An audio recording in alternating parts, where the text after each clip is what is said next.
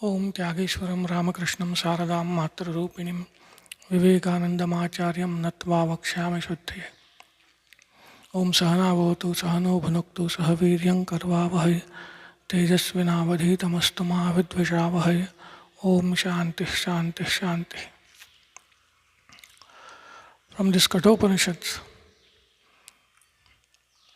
in our last class we studied 2-3 mantras which referred to the sequence of creation. We talked of an entity called Hiranyagarbha, which is also called Sutratma or Prana. This Hiranyagarbha is the first manifestation from God. Its another name is Prathamaja, the firstborn. That is the first manifestation of God, represented by knowledge. God is represented by knowledge. And out of Hiranyagarbha have proceeded the whole creation. First, the 5 subtle elements. The subtle elements are non-transactable in the sense we cannot perceive them. Out of these 5 subtle elements, our mind, vital forces, senses and all that have evolved. And then these subtle elements evolve into gross elements, which we can perceive. And out of these gross elements, like Prithvi, Akasha and all that, all the worlds, all the bodies of beings, and whatever is necessary for the sustenance, all that has come out of these gross elements. And this Hiranyagarbha, having created all this, Guham Pravishya Tishthantam, it entered the hearts of all beings. That was what was told. And this Hiranyagarbha, Etadvaitad. It is none other than Brahman, self or God, whatever you call it, the truth. Hiranyagarbha is not different from God. The purpose of stating the sequence of creation, there are other Shrutis, other Upanishads where the creation is detailed. Akasha, Atmanaha Akasha, Akashad Vayu, like that. The purpose is not to authenticate the creation, but to authenticate the fact that whole creation has come out of God and is nothing but God in another form. To authenticate this fact, Shruti or Upanishads refer to creation. The same Hiranyagarbha was talked as Aditi in the next mantra. And the third mantra we saw referred to Agni in 2 contexts. In the context of sacrifice and in the individual context. Agnir Devo Dvijatinam Muninam Hridadevatam. That is, for those who are sacrificers, Agni is the God. Agni that is in the sacrificial altar, that is their God. And for yogis or munis, it is the deity in their heart. So in these 2 contexts, Agni is talked of. In the context of yajna, it is the sacrificial fire which is lit by rubbing 2 pieces of wood. And in the individual context, it is in our own heart. Yoga Agni, Yoginam Hridaye, in the hearts of all. In the hearts of all yogis, mumukshus, seekers. This Yoga Agni is there. We can understand it as our aspiration for God, our love for God, or the mantra that we have received from our Guru, the spark of spirituality. That is there in the hearts of all yogis, all the mumukshus, all the seekers of spiritual realization. That is also referred as Agni. And this is to be protected and nourished. Garbhaiva subhruto garbhinibhi. Just as mother protects and nourishes the child, so we have to protect this Yoga Agni, this love of God that we have in our heart. Jagarvadbhi. How we have to protect? By being alert. Apramattai. No slackness, We have to be ever careful. By being alert, it has to be protected. And it has to be stoked by dhyana bhavana vadbhi, by our meditation and spiritual practices. This spiritual fire, so to say, that we have has to be stoked. And again, etadvaitat. This is that Brahman alone, this is that God alone. So this Hiranyagarbha enters, it creates and then enters the hearts of all and experiences the results of actions. And the same God again is the Yogagni in the hearts of yogis, in the hearts of mumukshus. This is also not different from God. The love of God that we have is not different from God. It's God only. It has to be nourished, protected and nourished. So this is what we discussed in our last class. The same topic of Hiranyagarbha continues for next mantra. It says, Yataschodeti suryostam yatra chagacchari tam devah sarve arpitas tadunatyeti kaschana etadvaitad. The mantra is, the translation is Yadascha Surya Udeti, the entity or the truth from where sun rises, Astam Gachati, and where it sets. From where sun rises and from to where it sets, all deities are rooted in that entity, and none can transcend that entity. And this is that, this is that, this is the Brahman, this is the Atman, which Nachiketa has asked about. It is a metaphorical. Here the Surya refers to entire creation, from where entire creation rises and sets. And this rising and setting, these mean creation and dissolution. So the meaning of the mantra will be that entity, that truth, that God, from where this whole creation arises and to which it returns. What about during the sustenance, during the time of sthiti? So srishti and laya of the creation are from God. What about the sthiti? So it says, Tam Deva Sarve Arpita. All the deities are rooted in that. By word deities, Bhashyakara says, two sets are meant. One are the external forces, or deities presiding over the external forces like Vayu, Indra, and all that. Varuna, rain god, wind god, and all.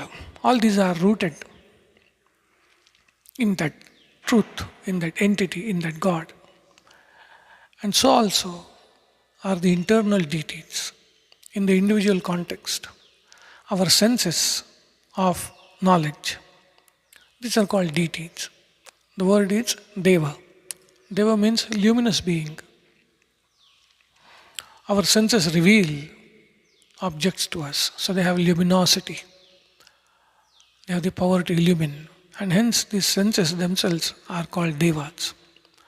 So in the individual context, our senses are rooted, so to say, in that entity, from where the whole world rises and falls.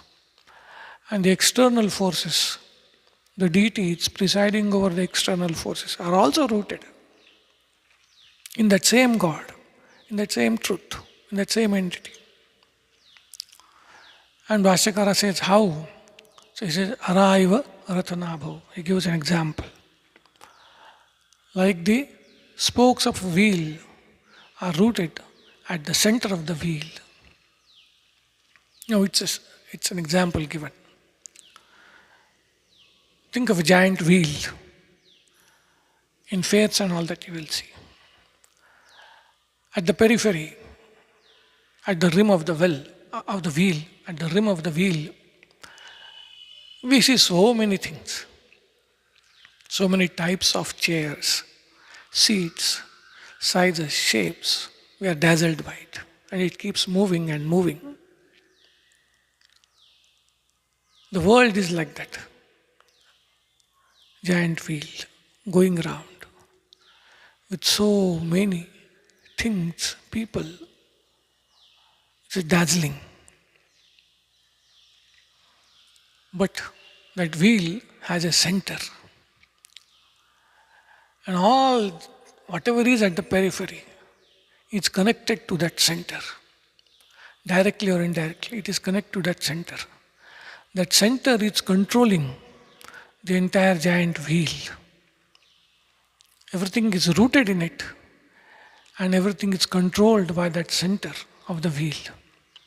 So also, this wheel of the world, wheel of whole creation, you are fascinated by its external appearance, but it is all rooted, connected at the center, and the center is God. It is connected there, it has its existence there, and it is controlled by its center. So that being from which the whole creation comes, rises, and to which it sets dissolution. And during its sustenance, it is all rooted in that entity. Tadu natyati kashchana. Nothing can transcend it. From this periphery, if anything gets snapped from the center, it just loses, it just vanishes. So also without God, the world has no existence. It is all rooted in the world. Etadvaita. This is that God. This is that Hiranyagarbha. This is that God. This mantra is also referring to Hiranyagarbha. So Hiranyagarbha, from Hiranyagarbha, whole world, whole creation has risen. It sets into it, it dissolves into it.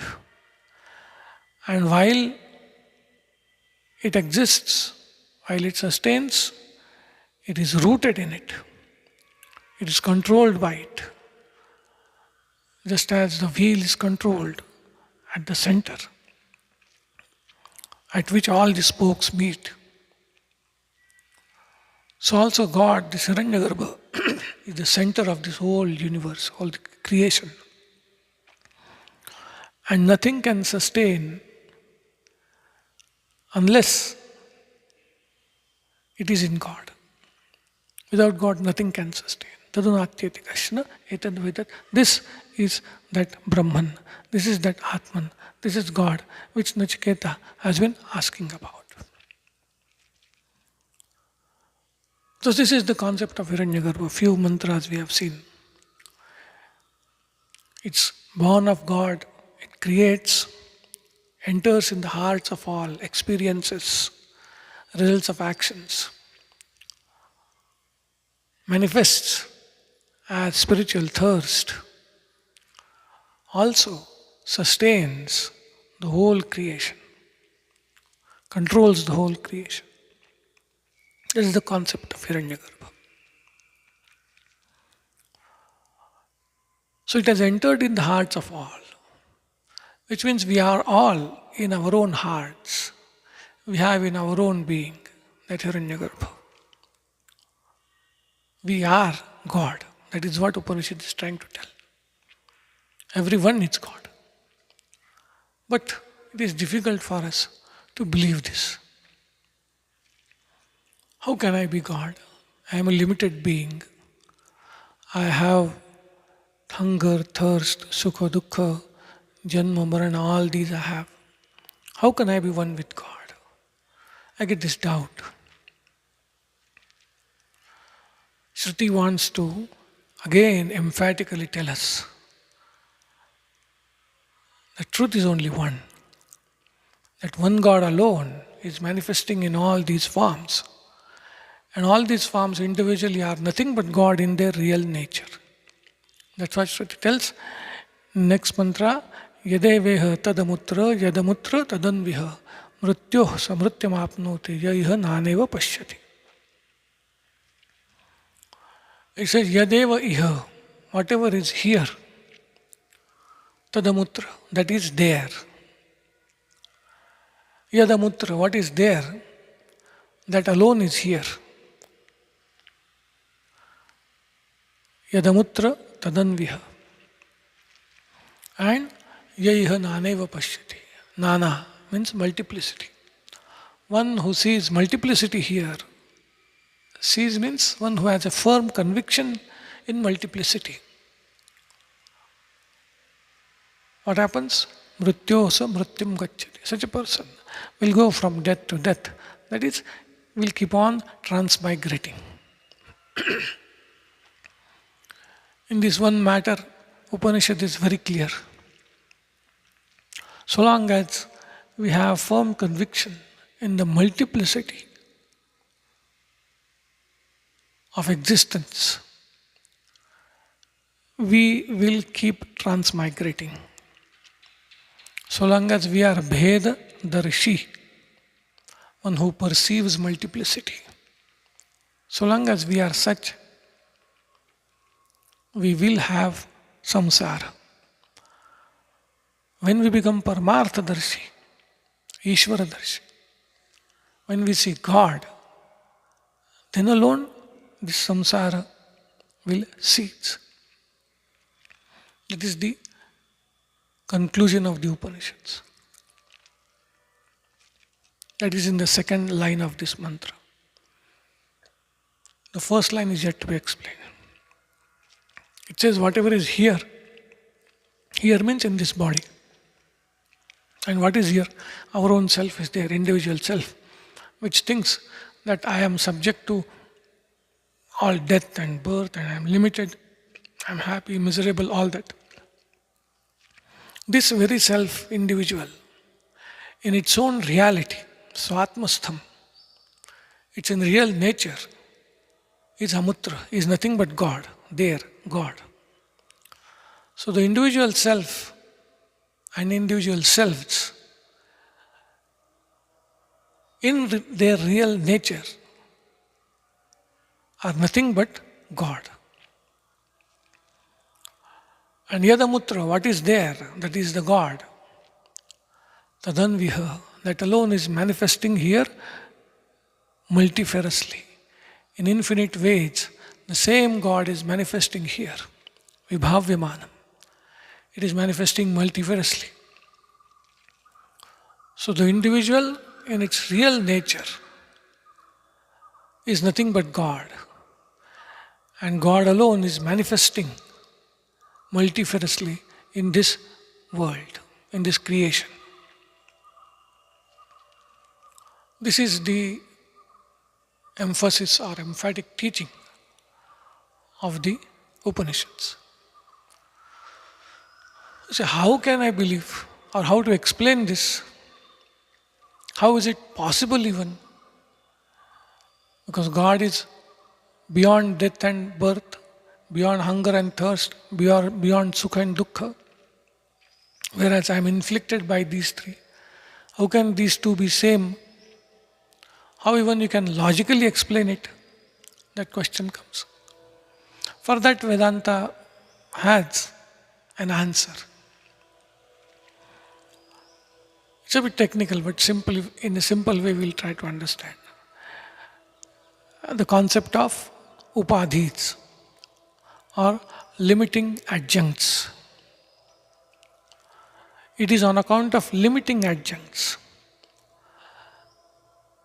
that one God, which is free from all these limitations, appears multifariously and appears as limited. What is this concept of upadhi or limiting adjunct? It is upadhi is a thing which makes another thing appear differently without actually affecting it. So upadhi is a thing which will make another thing appear differently without actually affecting it. The stock example is given of a prism. Prism has no color of its own. We keep red flour and see on the other side, the prism appears red. The flower has made the prism appear different than what it is without actually affecting it, without effecting any change in the prism. That flower becomes the upadhi. On account of that, prism is appearing something different. It is appearing as red prism. So it is appearing something different than what it is, but without any permanent change in it. The flower has made it appear so. So flower becomes the upadhi. You keep different flowers of different colors on different sides of the prism. From each angle, the prism will look to have different colors. But in itself, it has no color. Our own body, mind, senses, these are the upadhis, like those flowers. The one self, on account of these upadhis, one God, on account of these upadhis, it is appearing many. It is appearing somewhere as man, somewhere as woman, somewhere as tall, short, pashu, pakshi, kit, so many. One self, on account of these upadhis, on account of these limiting adjuncts, it is appearing in these innumerable forms without any real change in itself. That is why the jiva, in its real nature, swatmastham, is nothing but God. That is, when the upadhis are sublated, only God will remain. Because that is the truth. And these upadhis cannot really effect a change in God. Just as that flower cannot effect a change in the prism. Only the appearance changes. So only the experience changes.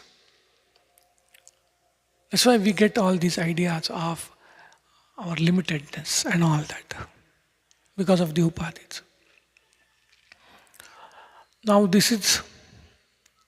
but the Upanishad is very clear. Just by this intellectual understanding or even by intellectual conviction, it is not enough. It is not going to be enough. So long as we are Bhedadarshi, we realize or we are firmly convinced about multiplicity, so long samsara will continue.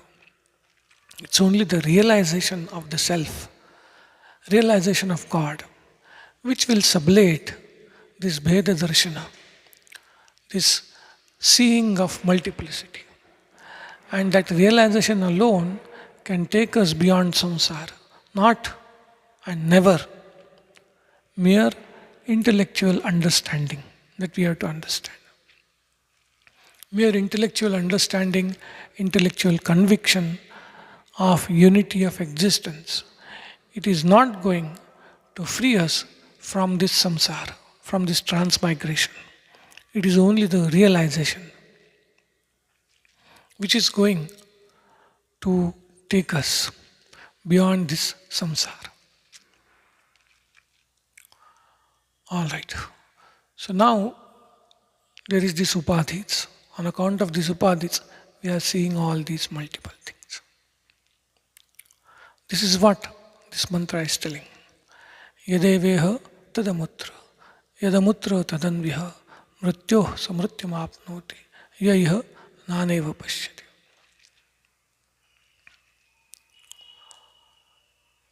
And we say intellectual conviction, intellectual understanding is not enough.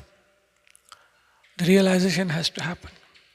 But how to realize this unity, this God?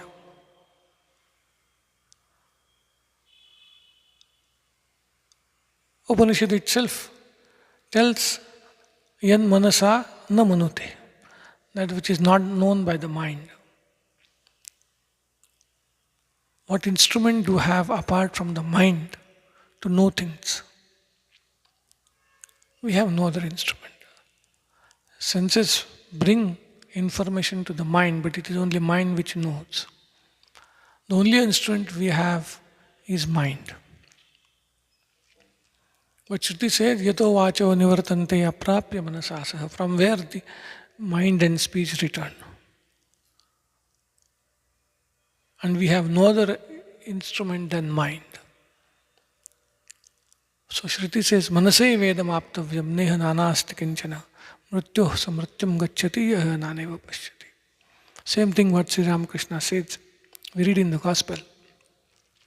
God cannot be realized by this mind which we presently have, but He is a gochara, He is realized by Shuddha Mana, that is pure mind.